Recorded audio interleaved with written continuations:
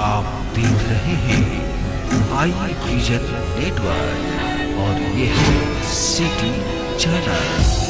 नई सोच नई दिशा।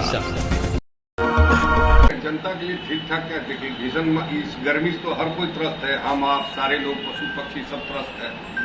सबसे पहले हम आपके चैनल के माध्यम से ये आग्रह करेंगे तमाम लोगों से कि पेड़ लगाएं, पेड़ बचेगा, पेड़ वृक्षारोपण हो, वृक्ष कम कटे, तभी हमारा जान बच सकता है, पर्यावरण का जान बच सकता है। दूसरा, हम लोग जो जल संरक्षण नहीं कर रहे हैं, नदियों में बालू का उठाव हो रहा है, पानी का लेयर चला गया है, गांव में, शहर तो छोड़ दीजिए, गांव में भी पानी, जहाँ पानी की व्यवस्था होती है नदी से, तालाब से, कुएं से, वहां का चापाकल से, वो सारी व्यवस्थाएं अभी ध्वस्त हो गई है बालू उठाव से।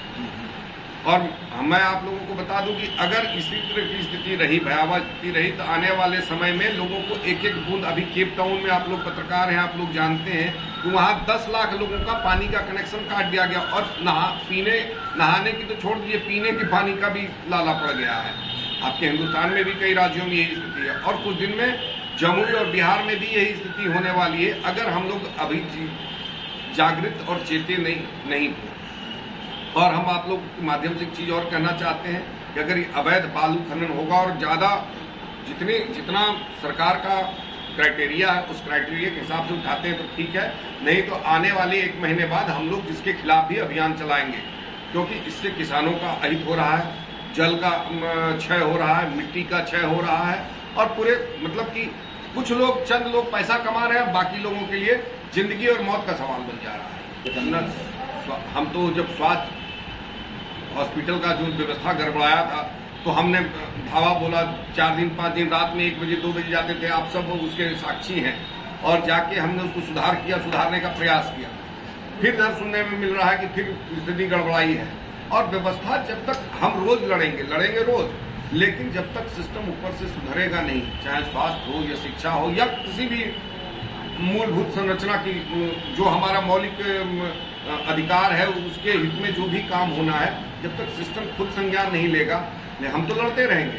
हमारे से और भी कई साथी जो लड़ते रहेंगे, यहाँ बैठे सारे सहयोगी हमारे सब लड़ने को तैयार हैं, लेकिन लड़ाई का आउटपुट ये होना चाहिए कि उसका कुछ ही दिन के लिए संज्ञान लिया जाता है, उसका संज्ञान खत्म हो गया। संज्ञान लेने के लिए नीतीश कुमार थोड़े खुद चले आएंगे सदर अस्पताल को देखने, यहाँ की जो लोकल बॉडी होंगे, लोकल बॉडी, हम तो 10 साल से हारे हुए हैं, फिर भी हम अपने हिसाब से लगे हुए, लेकिन जो वर्तमान सांसद विधायक जो भी हैं, अगर वो संज्ञान लेंगे तो शायद अच्छा प्रभाव पड़ सकता है। लेकिन संज्ञान लेने की बात तो दूर, उनको पता भी नहीं सदर अस्पताल कहाँ है, कितने मरीज जाते हैं, कौन है नहीं है, क्या है, कितनी दवाइयाँ, वहाँ आईसीयू की व्यवस्था है कि नहीं, कई वार्ड, कौन सा वार्ड है, प्रसूति विभाग की क्या स्थिति है, ऐसी कोई भी व्यवस्था की जानकारी वर्तमान जनप्रतिनिधियों को नहीं। किसी पे मेरा काम आरोप लगाना नहीं, मेरा काम है उनको सोए से जगाना, उनकी जिम्मेवारी बताना। हम आरोप क्यों लगाएंगे? आरोप तो जनता लगाएगी, आज सबक जो भी है वो जनता उसको बताएगी आने वाले समय में। हम तो ये भी कह रहे थे कि एक और महिला विद्यालय महाविद्यालय यहाँ होना चाहिए। जब हम विधायक थे उस वक्त महिला महाविद्यालय का हमने बात किया था। एसपीएस महिला महाविद्यालय मृतप्राय हो गया था, जिसको हमने चालू किया।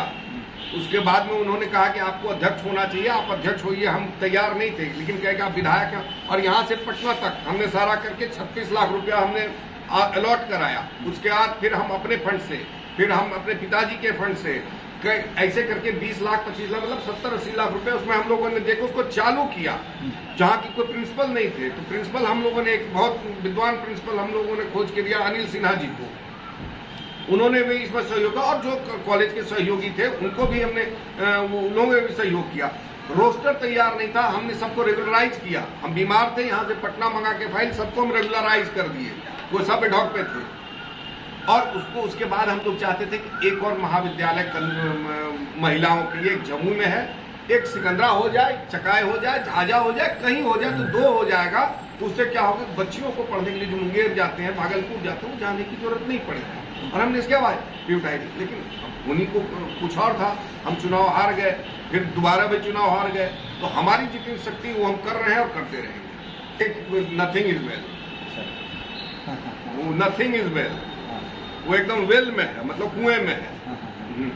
सारी चीज कुएं में है, वेल कुछ नहीं, अच्छा कुछ नहीं, और कोई अच्छा करना चाह भी नहीं रहा। हम अपने हिसाब से जितना कर सकते हैं, जितना सक्षम है उतना कर रहे हैं। इच्छा शक्ति होनी चाहिए, वो दिखना चाहिए कि कर रहा है, करने का प्रयास कर रहा है। अब प्रयास करेंगे तभी सफल हो। हमारे यहाँ, हमारे साइड से जो ना हम सिस्टम में है, ना सरकार में है, ना विधायक है, लेकिन हमारे हिसाब से जो लिखा पढ़ी, जितनी कागजी कार्रवाई हो सकती है, जो आवाज उठाना हो सकता है, जो संघर्ष करना हो सकता है, वो हम करेंगे और कर रहे हैं।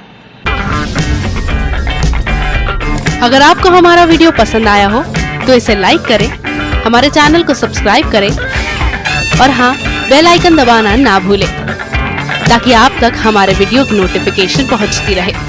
आप अपना सुझाव हमें कमेंट बॉक्स में दे सकते हैं। हमारे साथ जुड़ने के लिए शुक्रिया।